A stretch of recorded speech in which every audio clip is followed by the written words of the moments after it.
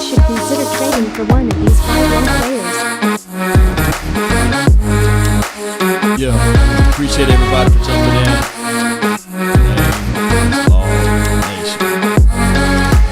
Shout out to those without hesitations or deviations to the matter. Let's go. Appreciate you.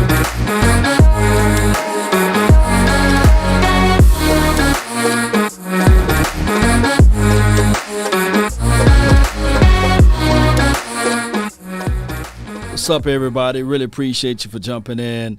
We're going to talk about this. Guys that the Cowboys should go out there and get.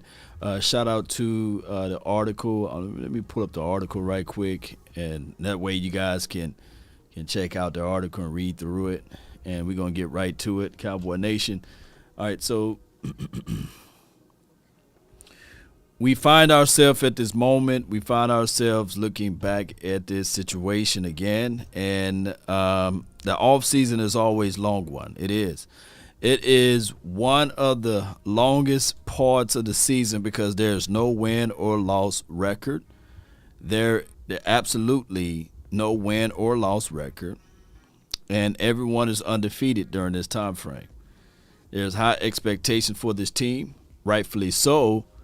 And year in and year out, the expectations get so high that we get, how can I put this in better ways?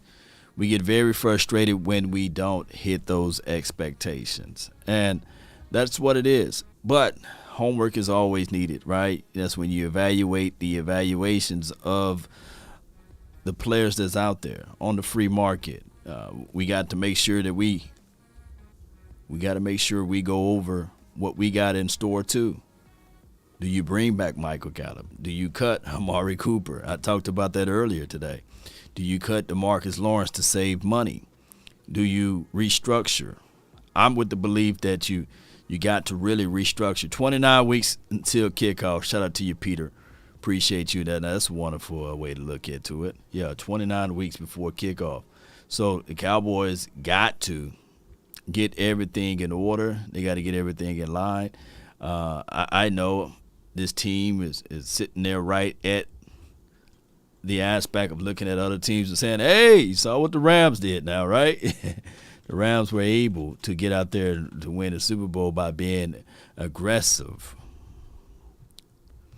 And I already talked to you guys before about this. We are not light years away from the Rams. I think we are very close and similar in a lot of factors, but we just have to make sure, we got to make sure we do the right necessary movements during this offseason. Now, y'all know I'm all about defense, and I think the defense is the key. Defense wins championships, right? Do anybody disagree? Defense wins championships. Joshua says Lamb can do it. I believe Lamb can. Now, here's the thing. We have to wait and see. And I've been telling you guys this for a long time. Just like this. A new broom can sweep the floor, good, but that old broom can get those corners. And that's what we're looking for right now. Appreciate you, Johnson, for sharing. Thank you so much for sharing this content. Thank you on the Facebook.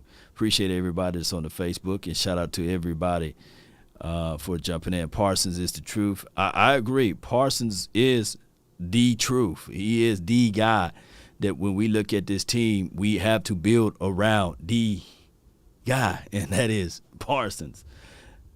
But I will be crazy if I don't add in another name. Law, who's the other name? The other name will be Diggs. You got to figure out a way to also complement Diggs. And give me 1 second while I set this up. Appreciate everybody. Let me turn this down. Okay, great. Appreciate everybody for jumping in. Shout out to you, TW. Shout out to you, Daryl. DT, appreciate you. Diggs all the way, yes.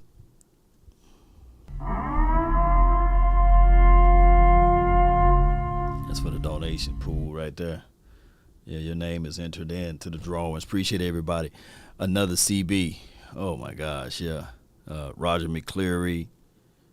Derek Stingley. Yeah, we can go down that list altogether. All right, so there's some guys out there. You never had a corner to do what he did. This is Joshua. Right. Yeah. But you gotta make sure that I was really, not thinking that Diggs would have the season that he had this year or this past season. I was looking at it like, hey, there will be some growing pains and he will hit a sophomore slump. I was looking more to that, right? Looking for him to regress in a sense. But shoot, he got better. The stage wasn't too big for him. And I believe the way he was able to do that, Cowboy Nation, was purely and solely because of his brother, right? Always challenging him being the little brother, always trying to figure out ways to get better, and just saying that the media rat poison, right? And that's how he looked at it, and I really appreciate his game. Coach Al Harris, I see you, Michael, giving salutes to Coach Al Harris. Yeah, that could be a situation there. You compliment Diggs by putting Parsons or Micah at defensive edge full time. On which side, right or left? Which side you gonna put Parsons on, right or left, baby? I feel you. Layman says, keep Hooker, the hooker. Man, he had a receiving coordinator. How would he move? This is from Joshua.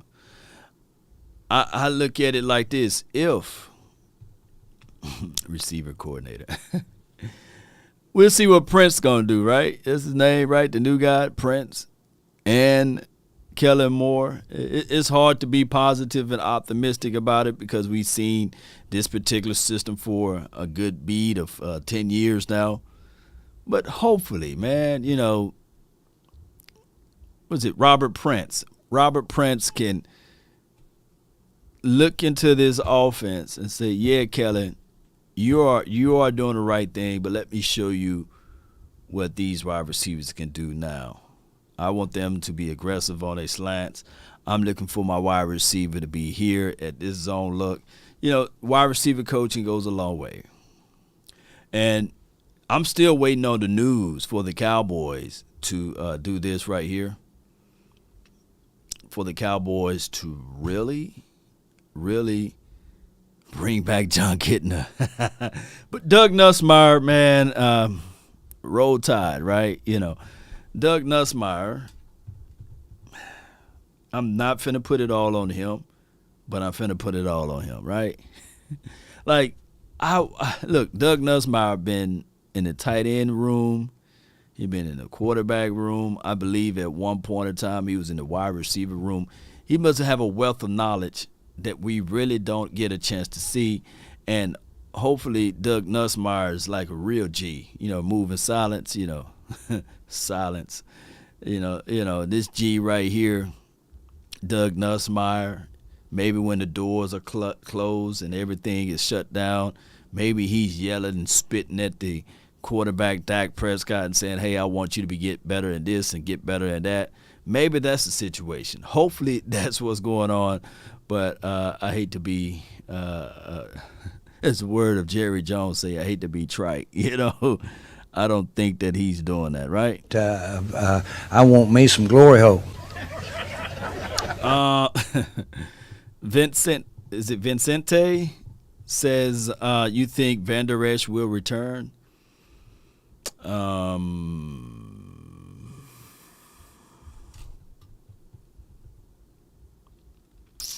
Should Van Der Esch return, Cowboy Nation? Should he return? I absolutely I doubt it. I doubt it. I doubt if he will return. Return of him. I doubt it. Unless my thoughts with LVE. Shoot, the 49ers game, at least he showed up, right? He showed up, and if anybody say otherwise. Come on, man, turn on the tape. He was there in that 49ers game, but outside of the first series, he was there, Cowboy Nation. So is it enough for him to return? It's argumentative. It's one of those situations. Whereas you can look at it and say, nah, let's just let that dog hunt. Let that dog go somewhere else. It will have to be one hell of a discount. But I can absolutely see LVE on another team balling out, and we looking back and saying, look at LVE, man. Look at him finally balling out. And he just probably need to go to another team altogether, But, the subject of the matter is this right here. Let the AI speak on it. The Dallas Cowboys should consider trading for one of these 5 young players. Yep, and we're going to get to those 5 young players. But let me let my guy, Eddie O. LVE is not a fit for Quinn's defense, and Quinn will want to move on. LBS need to be fast in his scheme.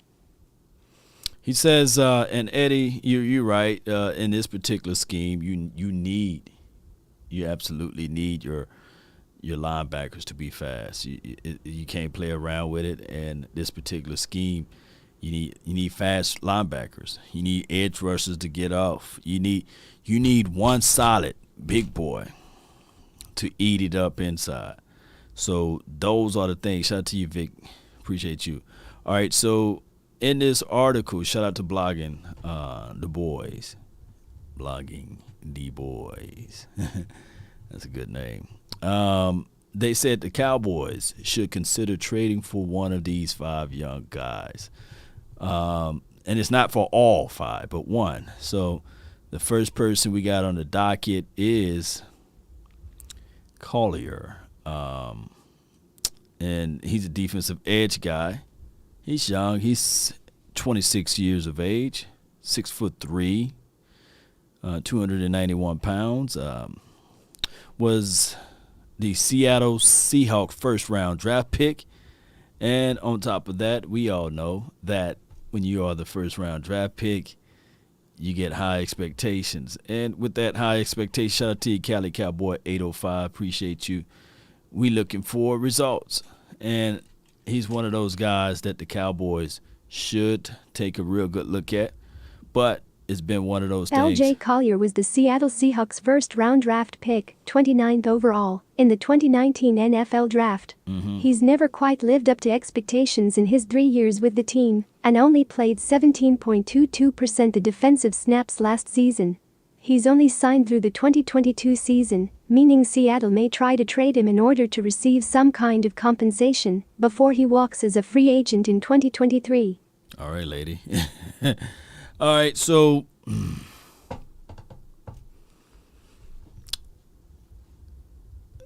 compensation, if they can get some type of trade value or what have you, if they put them on the block or what have you and try to get something for the following year, kicking the can down the road, I don't, what was that guy that said your failure brought you back to me or something like that? I think it was Thanos, your failure brought you back to me or something like that.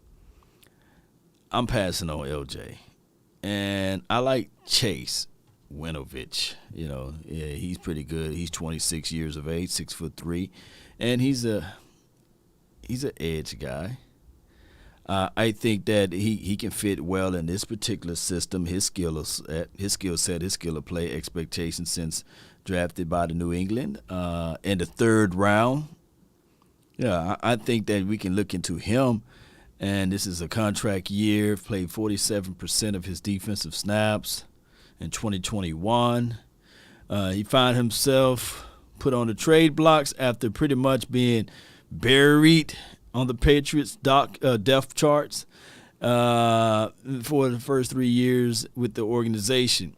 But now they got in this article Chase Winovich as well as I hope they don't go away. Chase Winovich as well as LJ have similar productions. I get it, and then they go all the way down to my brother's guy, Dre Greenlaw. Shout out to the Laws.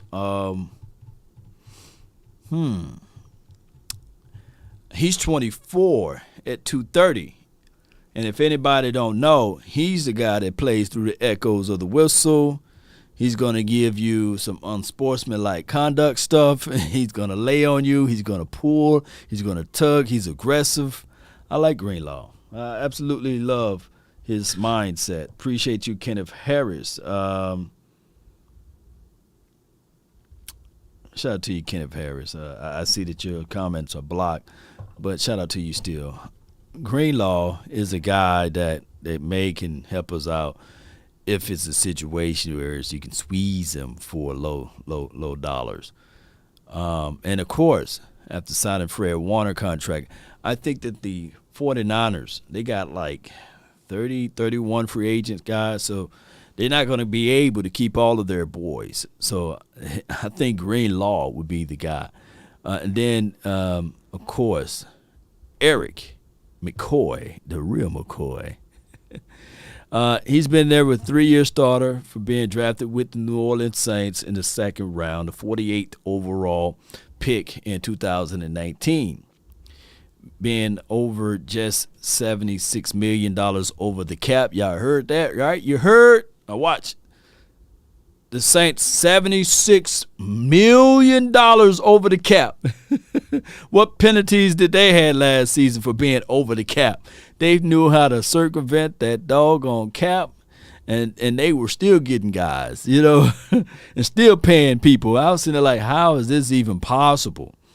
But that's the NFL for you. And McCoy is to save about $3 million against the salary cap with Cesar Ruiz, more than capable of stepping up as the offense as an OC. Let me see. Let me read all of this. All right. So before I talk about Noah on the defensive side, I'm really all in favor of picking up a veteran offensive lineman. Who's in favor of picking up a veteran offensive lineman? Yeah, Taysom Hill got a bag, didn't he? When they paid Taysom Hill. You must be out of your goddamn mind. I said, God, dog. And they $76 million over the cap. Gerald McCoy would be nice. You know what, Joshua? Believe it or not, we are still paying for Gerald McCoy.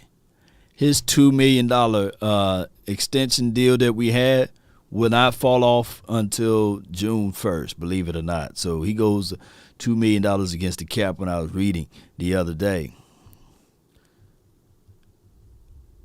Yeah. Chase have the shortest arms. That's a no-go for Dan Quinn. So he looking for go-go gadget arm guys. Do you think, this is from Snake, he says, do you think Jabril Cox will come back strong and play bigger role? Jabril Cox, what let me down from Jabril Cox was this right here, my guy. Snake. Is that Snake? Yeah. Snake. What let me down with Jabril Cox was not his skill set, was the coaching staff. We were sitting there banging on the table like, put Jabril in, I don't even know why they had Jalen Smith still out there, right? At the point, and I'm not dogging Jalen. Jalen's still my guy. But at the point, I always look at it like, if you're going to get rid of a person, why put that person out there? Unless, you want to showcase some of their talent and use him as trade bait. But what happened with the Dallas media and information is such a negative one that people can smell what you're doing before it happens. So Jabril finally got out there, and did he get hurt in the Giants game, right? Did he get everything snapped up in the Giants game? Y'all let me know. I think it was the Giants game. But the way he closed in on Daniel Jones, Danny Dimes, he was trying to roll out to the edge. This guy was, and I said, yeah, that Jabril is a real one, baby.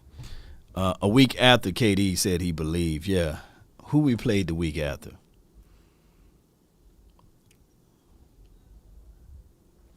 Yeah. William Burney says, Law, do you think Boss Man Fat will be ready to start next season with the big question mark? He should be ready to start. He should be ready to go. He should be. He should be ready to go.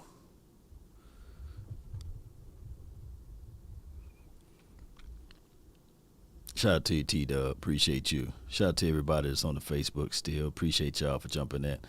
Jermaine Underwood, appreciate you for the stars on the Facebook. Your name is entered into the drawing. He better be. Yeah, Layman, yeah, he better be. There's no circumventing around it. There's no way where we can. Shout out to you, Sadiq. We appreciate you for the positivity. Y'all hit that like button, in the mighty name of Sadiq. One position we don't have to worry about is with the Quinn is linebackers. He knows what he likes and how to use them.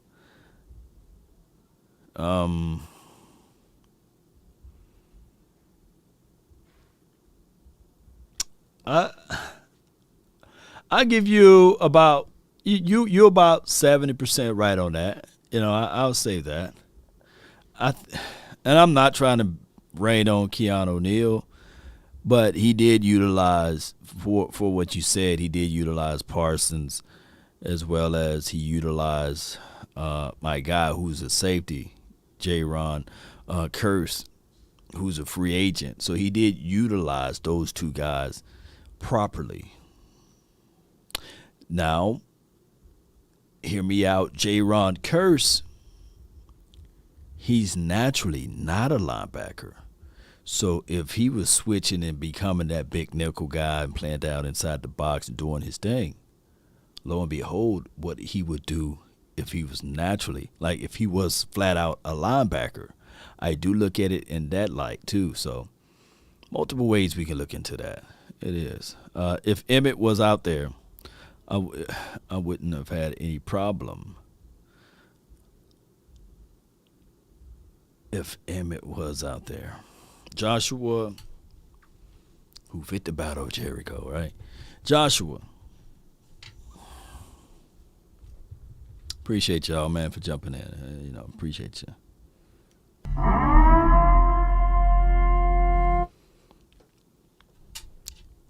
I don't want us to have recency bias, Emmitt Smith was my guy, but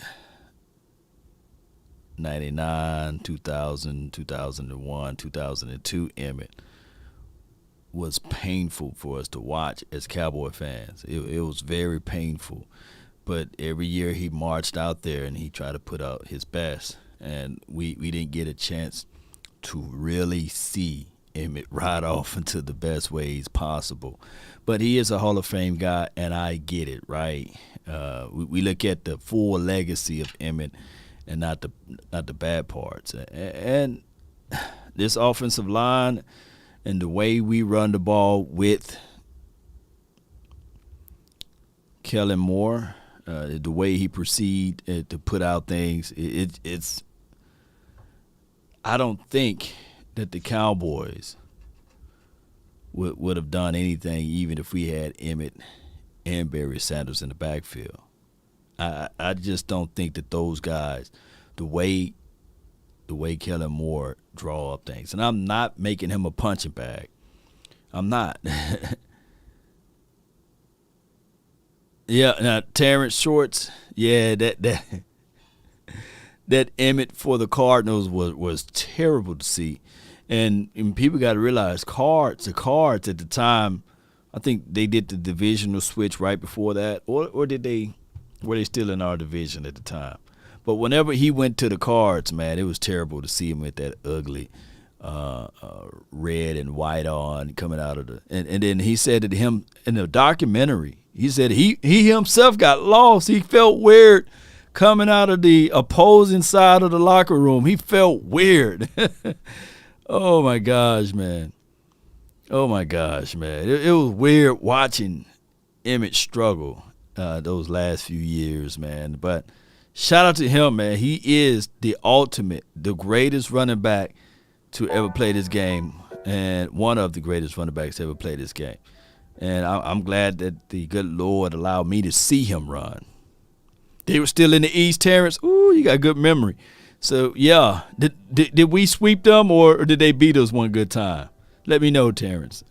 But it was terrible, and it was great to see him sign that one-day contract to get back in so he can retire as a Cowboy. Joshua, yeah, Emmett is the trophy. I'm not. Look, don't be out here saying Law talking ill of Emmett, man.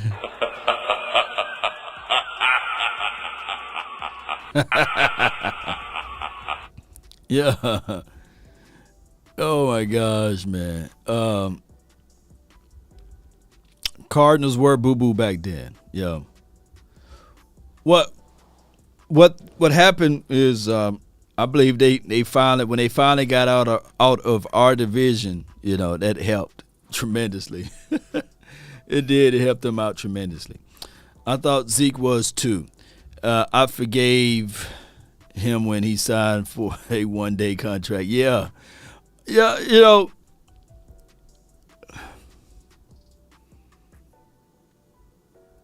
Here's the thing is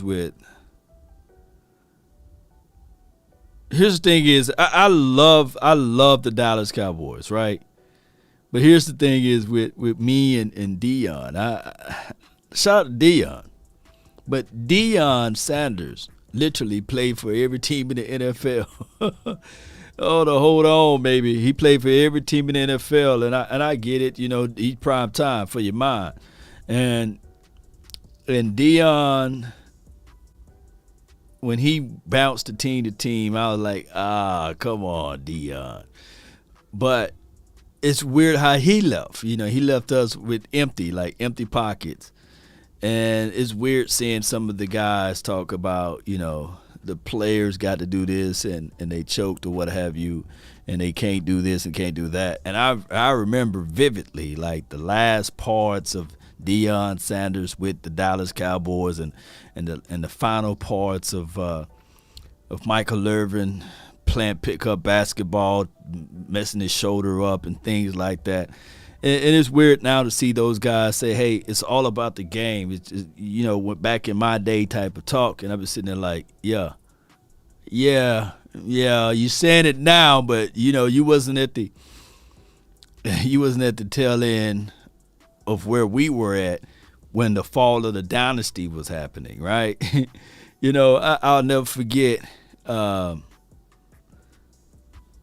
good friend of mine, man, when we was watching the Cowboys. He said, man, watch Michael Irvin. He going to lay down on this play. And about a few plays later, watch Deion. He's going to be on the sideline right with him with a fur jacket on and a mink jacket, whatever. And lo and behold, Irvin went down. And then a few plays later, you see Prime. He put his jacket on and he's down now, And the turf toe was a bad thing for Prime, man. I hope all is well with those boys, but Prime is earning it back now because he put my JSU back on the map, baby. And he putting it on the map higher than no other. To the point and to the degree whereas I see a different light of Prime. I think that Prime and what he's doing for the culture and the community is unique. And then also what Prime is doing far as his sons, raising his sons to be man, and it goes a long way in teaching those boys the good rudiments of football and life, man. It goes a long way. And a coach like Prime, he holds everybody accountable. It's no politics to his game. But you would think that he would be the exact opposite, right? Flashy guy on the field with the Jerry curl, and then from the Jerry curl rocking the hot top fade and stuff. But now, if you look at Prime, I mean, he's clean cut guy, straight business guy, as my guy that OC would say. Yeah, he did have a whole CD, man. Yeah, Prime did have a whole CD in that lab. Yeah, my uncle was a professor at Jackson State. Okay, Terrence. Okay. Yeah. what's your uncle name, man? You know, if he was down there through 2000, through 2006 and 7, I was down in there stomping on the stomping grounds of JSU. All corn all day. No, come on, baby. Yo, no. It's all about D. Jackson State. But Alcorn, shout out to Alcorn, man. Shout out to him. John Schwartz. They don't ring a bell, but shout out to you, man. He really had a Jerry curl. Yeah, Sam, but appreciate you for pointing it out. Well, for reminding me again for what I said. Where did I get that headband? This is from Joshua. I got this headband from a preseason game.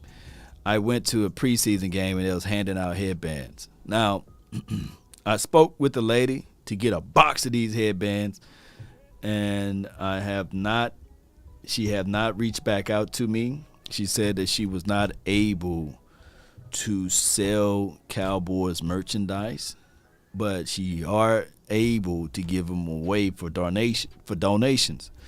And as soon as we were supposed to meet up and stuff like that, the pandemic hit.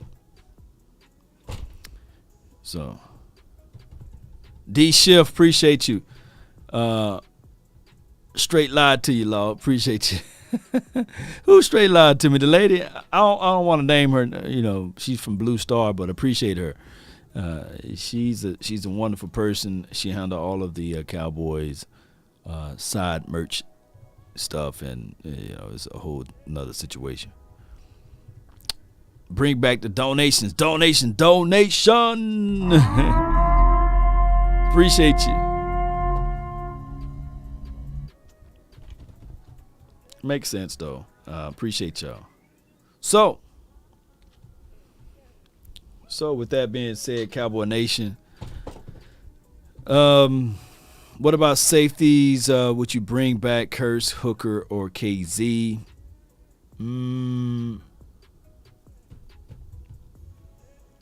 Curse is number one off of that list. I think that he was the most consistent guy out of Hooker and KZ. And I like KZ, but I think that Hooker, if given the opportunity, would have shined a little bit more. So if the price is right, I'll bring back Hooker over KZ.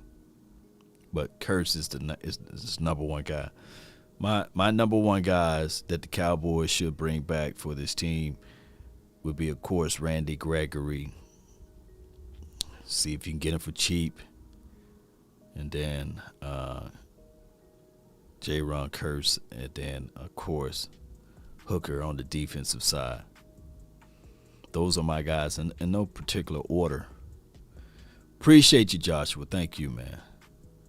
Hooker in the draft, the Penn State safety, Jaquan Brisker. That's who you're talking about. If we get him, I'm rocking with it. If we get him, baby, I'm leaning with it, rock with it.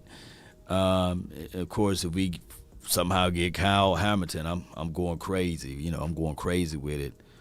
Or if we get Daxton Hill, I think that what we can do, playing a deeper third, somebody come down and feel got an aggressive mentality, good feet, smooth out of his transitions.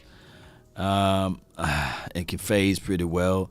I like Daxton Hill, so that could be a situation. I like the Jalen guy too from Baylor. So there are ways. There's ways we can take a real good look at guys, and we got some underrated guys too that a lot of people are not talking about until after OTAs and things like that. If he committed. Nick Cross from Maryland, look up Nick Cross. You'll like what he brings to the table. The tallest safety plays on ball. Brisker plays in the box mostly.